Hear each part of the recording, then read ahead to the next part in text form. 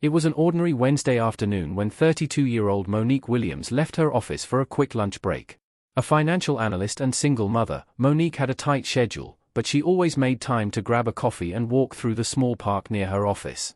That day, she didn't know her life would take a horrifying turn. Monique was dressed in a navy blazer and slacks, her laptop bag slung over her shoulder. She stopped at a nearby coffee cart, chatting briefly with the friendly vendor, Mr. Lewis, who always remembered her order. As she waited for her coffee, a police cruiser pulled up to the curb. Officer Reynolds stepped out, his hand already resting on his belt. Known for his discriminatory behavior in the area, his reputation preceded him. His piercing gaze locked on Monique, and a small smirk played on his lips.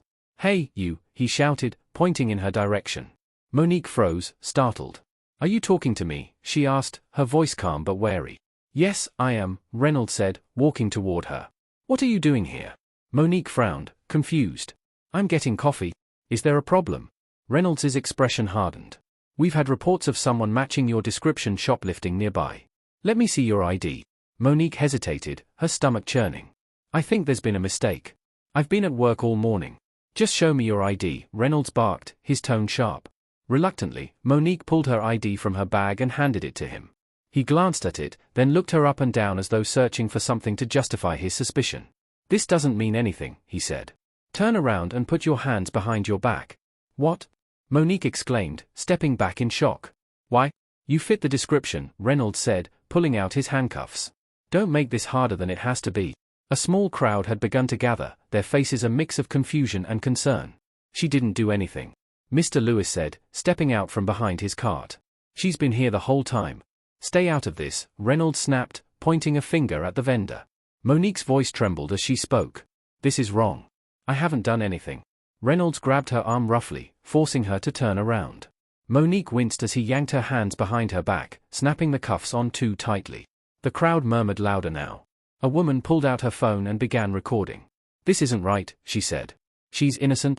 A man in a suit stepped forward. His name was Marcus Green, a local attorney who had been watching the scene unfold. "Officer," he said firmly, "you need to stop this right now. You have no evidence and no probable cause." "Mind your business," Reynolds snapped. "This is my business," Marcus shot back. "You're making an unlawful arrest, and there are witnesses and cameras everywhere." Reynolds hesitated for a moment, but his pride wouldn't let him back down.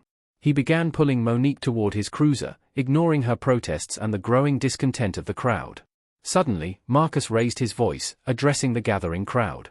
"Ladies and gentlemen, this is how injustice happens, in broad daylight, in front of good people like you. Are we going to stand here and let it happen?" The crowd erupted. People began shouting at Reynolds, demanding he let Monique go. Phones were out, recording every angle. Someone called out, "We've seen her in this area for years. She's not a thief." Reynolds stopped in his tracks, looking around at the crowd, now numbering over 20 people. His confidence faltered as he realized the situation was spiraling out of his control. At that moment, another police car pulled up. Out stepped Officer Jackson, a black officer who had worked in the community for years and was well respected. He took one look at the scene and immediately walked over. "What's going on here?" Jackson asked, his voice calm but commanding. "She matches the description of a shoplifter," Reynolds said defensively.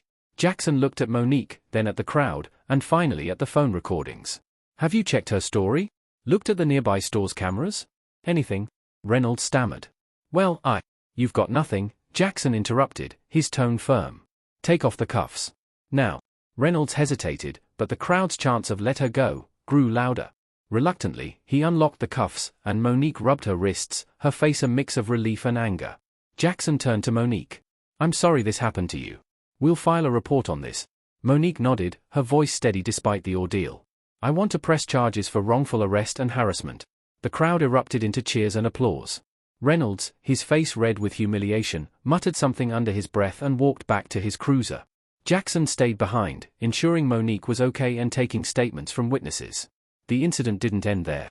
Videos of the wrongful arrest went viral, sparking outrage. Monique filed a lawsuit against Reynolds and the department, demanding accountability. The case brought national attention to racial profiling and police misconduct. For Monique, the experience was harrowing, but it also ignited a fire in her.